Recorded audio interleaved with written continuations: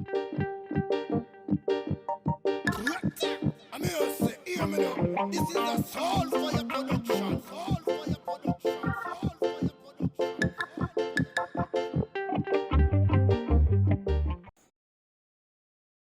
Greetings, greetings, greetings. Greetings to the Holy Spirit and greetings to my subscribers. Welcome to another episode of Prisoner's Voice Jamaica. Thanks for tuning in. So before I start on this important matter, if you're a first-time viewer, make sure you subscribe and click the notification bell so you don't miss a story, and make sure you share it with friends, because this channel is going to get more and more interesting and more important.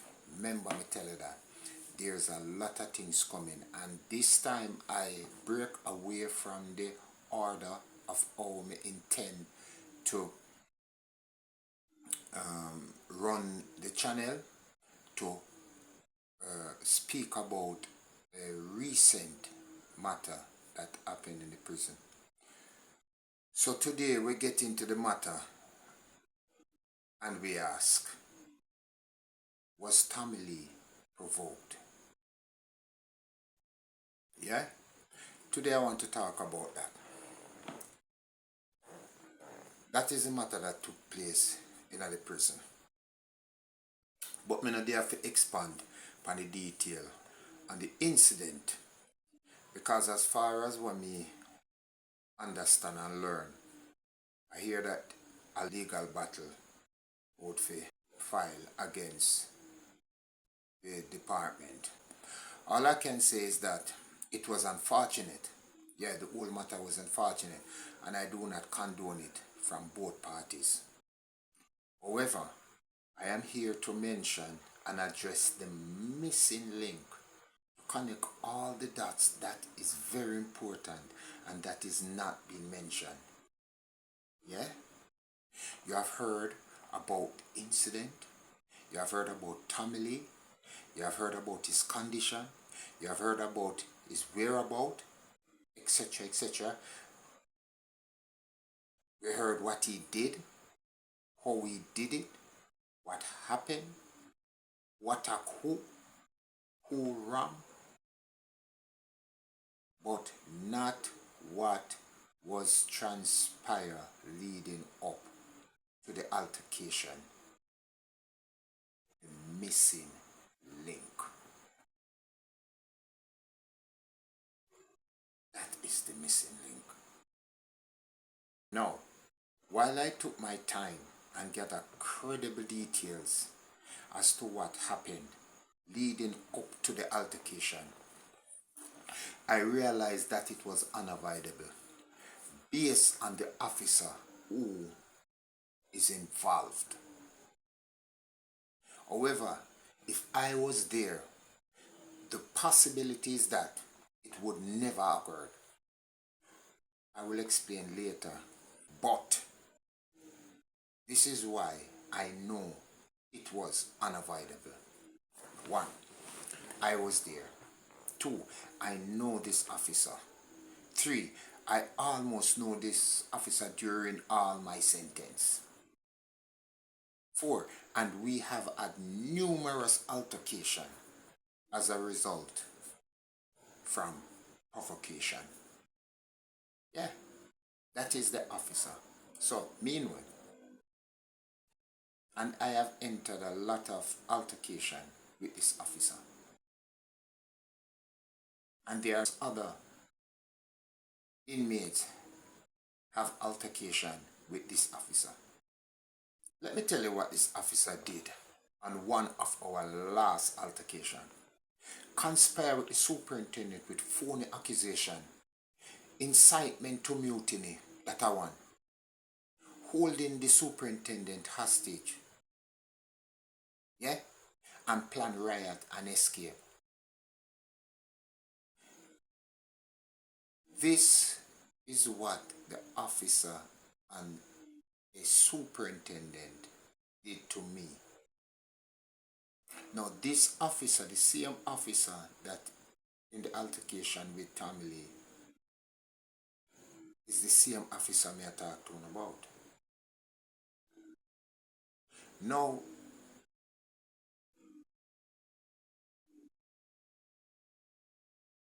sometime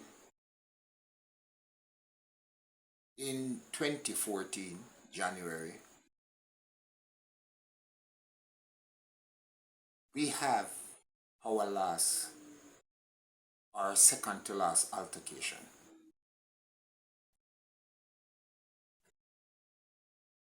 I don't intend for going at this story because I have this lineup to explain to you what is the altercation and how it turned out, how it started. But this altercation started when he came to search my cell and and how he searched my cell and what happened during the search. Now, things broke out wherein the search was not conducted properly and nor he nor his officer behaved in an orderly conduct or in a code of conduct. As a result, I have gathered all my evidence and as protocol and as by the rights given to me, I formally write a letter to the superintendent. I don't go to speak to the superintendent verbally. I don't do it. Because then quick for say, you never talk to me about that. You never inform me. You never said this. You never said that. So if I want to ask the superintendent for a special visit, I write it. Because little frog this, they said you didn't talk to them. So I wrote a letter to the superintendent asking him to contact Indicom so I can give a statement, and I have a copy of that letter today to prove that one, the officer and I has a altercation. It is, yes, my second to last altercation with him, but there's more that I have put to the public defender. I don't think the public defender response is that we have in receipt of your letter from that we know you know more. But first, this is the letter I have written as evidence to show that this officer and I has a altercation, and the superintendent infringed on my rights and breached the Correctional Act. So, I will read. Tower Street Adult Correctional Center, 2 to 4 Tower Street, Kingston, January the 13th, 2014. Superintendent in charge, Tower Street Adult Correctional Center. Good day, sir. I would like to give a statement to Indicom to investigate and lay charge, if possible, against rank and officer name and his lead patrol team for improper conducts and corrupt practices. I am calling and relying on your office to intermediate with Indicom to collect a statement on this matter. Thank you. Yours truly, Hensel Muir. Now, the superintendent did not send that letter. And how do I know that? When I was paroled, I visited the office to pursue it. Yes, because I know that if something isn't done towards this officer, is going to bring the department into disrepute. It started. So I went to Indicom and asked, showed them this copy of letter. They said they did not get a call or a letter or a report or nothing from the department with that date asking for them to collect a statement from me. Now, as I have said earlier on, the superintendent has breached and violated my rights. I have the right to request that. He did not act in accordance with the law and his duty and his authority to call Indicom. And this is what happened in the prison, and this is why the officer who is in altercation, the provocative officer who is in the altercation with the inmate, behave in this manner and will continue to behave in this manner because they leave him and allow him up to behave that way. Because no matter what he do, they always cover up for this officer. Anyway, upon that, they were ready to hijack me. Yes, they were ready to hijack me to another prison.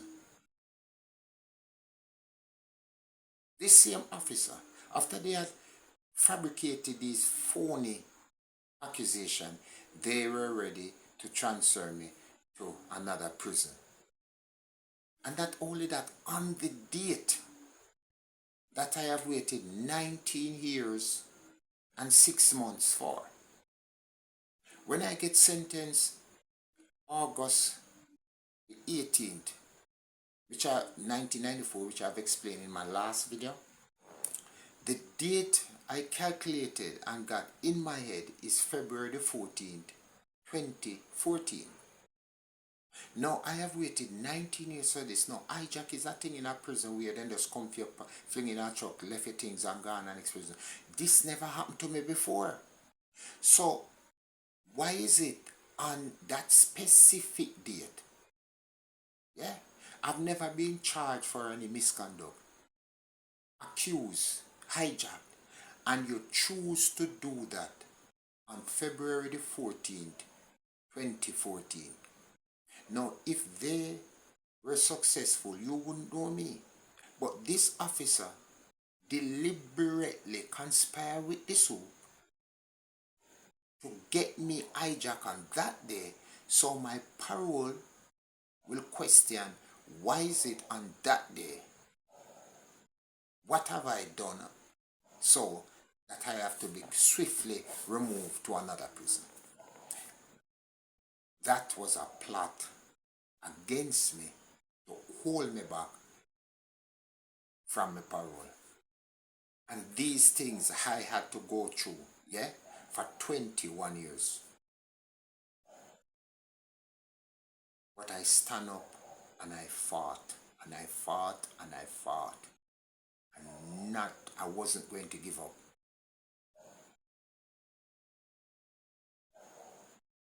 I told them I'm not going anywhere. I didn't go anywhere. They didn't transfer me. That's another episode, because I have all these things to tell you how it turns out. It's a very interesting story, because guess what? Like I said, me the first inmate when them say hijack, I say me not gonna away, and indeed me not gonna away. And the reason for that is because I knew I studied the Correctional Act and the Correctional Rules and Regulation Act. Okay? So, when them say that, me say, me not going anywhere. And indeed, as I said, I didn't go. Judgment was withdrawn for me to be transferred based on the fact that Section 116, I believe, I can't remember, of the Correctional Act stated that an inmate must be seen by a doctor for the doctor approve or disapprove to be transferred to to another institution, or is he fit or unfit? So the doctor realized I was unfit and I didn't transfer. However, later down, because of the parole and stuff like that, I was being harassed again, same by the officer. I keep my cool. I decided I don't want no wranglings, no confrontation with him, because I go one time. Anyway, cut a long story short, the officer searched me, same officer, searched me, depart in the institution and search me and reach. Now, it was surprising to hear a popular convict, inmate in the prison, came to me and said to me, you know, said the officer said, in search and find you have 4 drawers. What? 4 what? 4 panty. So really? Then me hear other inmate with it. And these inmate, when go to his top ranked inmate, he make aware. Now, me look upon it. I say, but wait, where this officer here try? He's trying to get me killed. Simple. A killing thing them there prison. Him trying to get me killed. But because of my status in the prisons, yeah, he couldn't get it. Because the man come to me and say, man, I try to get you killed. And this is why I said the incident between Tommy-Lee and the officer is unavoidable. Look here. I believe I'm a man of humbleness and patience. And this officer get on top of my nerves. It's practice for try being tolerant, humble, and patient. And if me go through that with this officer, you can imagine what Tommy-Lee went through with this officer. So who is this officer Tommy-Lee was in altercation with? The missing link. He is the missing link. And he is who has caused the altercation. He is the missing link. And what has caused the altercation? Provocation.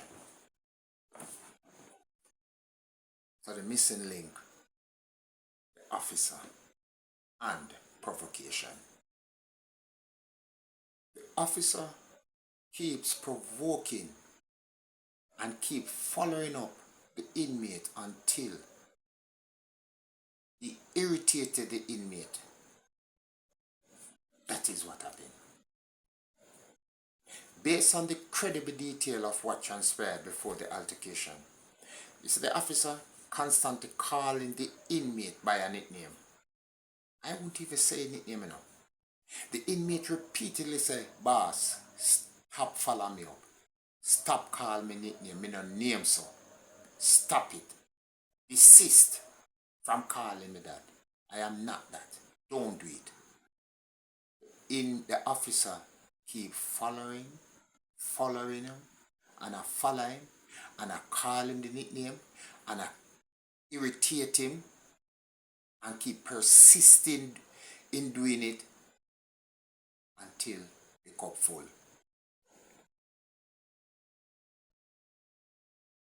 Now, this officer is in contravene with the Rules and Regulation Act of the Correctional Service, and it needs to be addressed. So, I quote from the Correctional Institution Act and the rules. I want you to listen carefully. It is quoted from section 89(1). A member of staff shall not speak to an inmate unnecessarily, nor shall he by words, gesture, or demeanor do anything which may tend unnecessarily to irritate an inmate. Let me quote back that. A member of staff shall not speak to an inmate unnecessarily, nor shall he by words, gesture, or demeanor do anything which may tend unnecessarily to irritate an inmate. Subsection 2. No member of staff shall call an inmate by a nickname, nor shall he allow any familiarity on the part of an inmate. Let me read it so no get it in our head. I want to tell me now, if this was not provocation. No inmate, no member of staff shall call an inmate by a nickname, nor shall he allow any familiarity on the part of an inmate. So when the officer constantly calling the inmate nickname, hey, and I follow him up, walk him down, walk behind him, because this is what happened. You see him today, you call him nickname. You see him tomorrow, you call him nickname. You see him the other day, you call him nickname. The officer was wrong. The officer caused his own insult. And he has caused this on the Department of Correctional Service, placing the department into disrepute. He has been doing so over the years, and the department has done nothing about it. Nothing. What them I wait pan? What them I wait pan? Yeah, what them I wait pan? The officer has triggered this altercation. It caused the whole chaos. So therefore, this officer needs to be charged and disciplined. And this is why if I was there, as I have said earlier on, I would have heard about the constant abuse. Yeah. And I would have heard about the provocation. And I would have go and see Tommy. Yeah. And I would assist the inmate to lay a complaint or a charge against the officer pursuant to section 174 of the rules, the same Rules and Regulation Act. Now, if it's because most of the inmates do not know of the law, the provision of the law, why this officer behave like this. Let me tell you something. Officer not like when you're right. When you're bright and know it, it is why you can stand up. I stand up against that same officer when he want to me and say, look here, if you think your name or your name, try it, do it. Do it. Inmates, you need to know the act. The inmate can charge the officer pursuant to section 174 of the Rules and Regulation Act. Section 174 stated, and I want you to listen carefully, because why I say listen carefully, I have exercised this section many times, and many superintendent from overseer, assistant soup, acting assistant soup, superintendent, be superintendent, many of them don't know of this section of the law. It's me have to teach them this. Many don't know. When we go to them say them now aware of that, so they can't take the charge. And I have a limited time to make that claims. But they're not taking it. So the provision given in section 174 stated, and tell me what you understand from this. An inmate shall make a complaint or charge against a member of staff of the adult correctional center as soon as possible after the altercation giving rise to such complaint or charge. Yeah. It said an inmate shall make a complaint or charge. So if I was there, I would go to Tommy-Lee and I will explain to him, say, listen, the law is there for you to exercise. It is your rights. And none of them can tell us you can't do it, and none of them can tell us if you stop. It is your rights.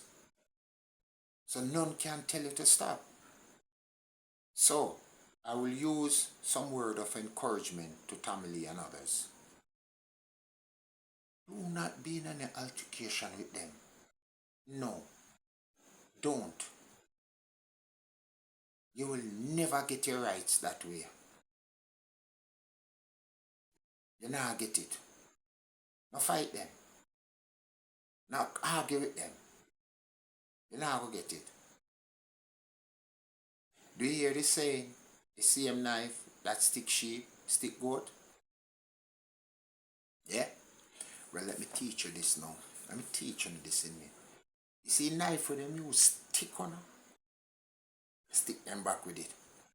I say you get your rights, you know. And what is that? Knife. The law. The law then use against you.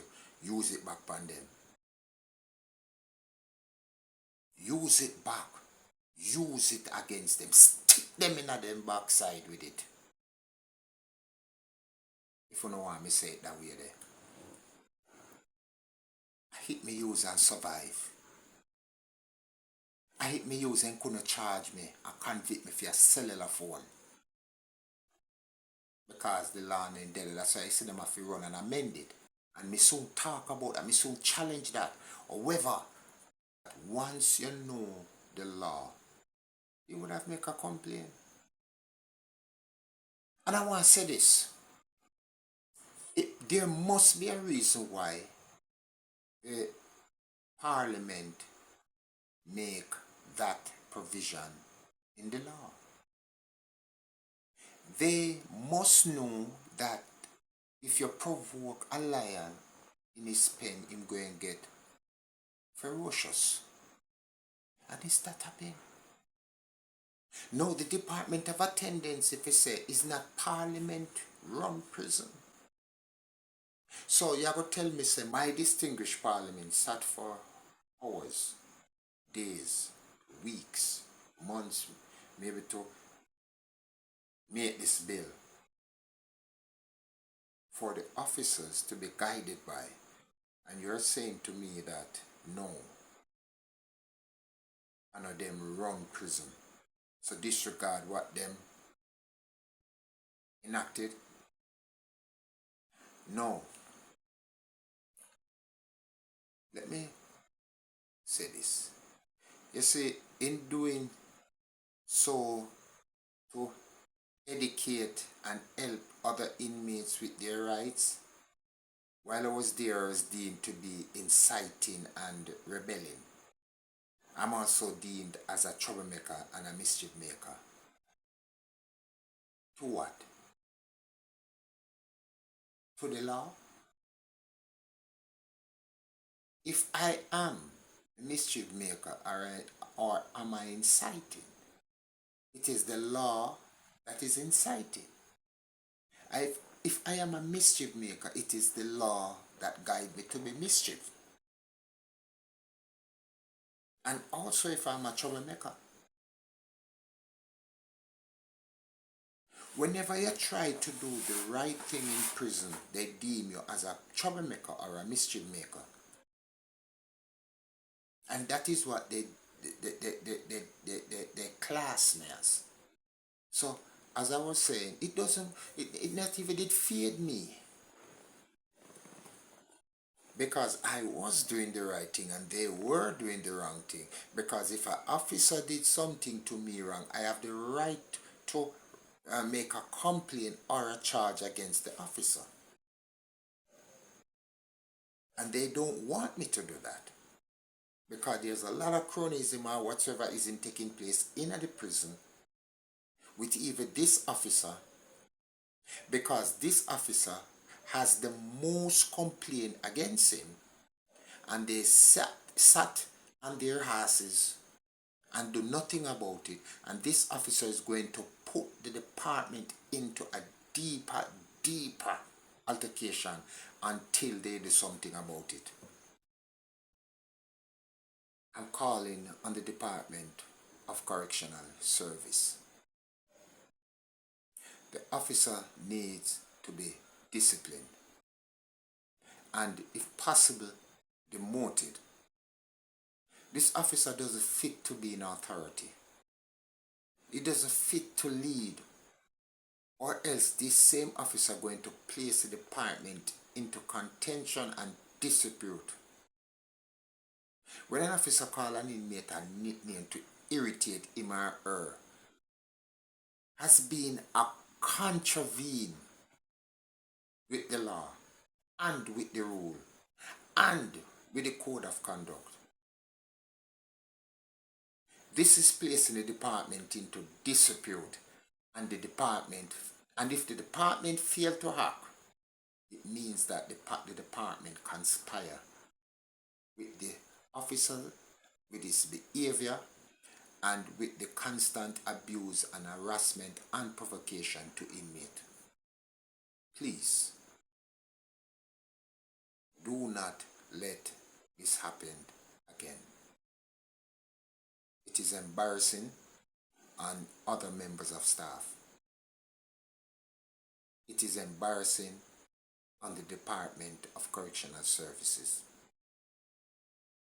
And why is it embarrassing? This officer keep doing and repeating the same thing over and over, and you fail to act.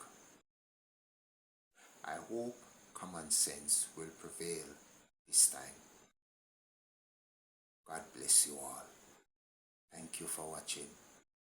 Remember, subscribe if you don't. Peace. I'm out. I'm here to say, hear me now. This is a soul fire production. Soul fire production. Soul fire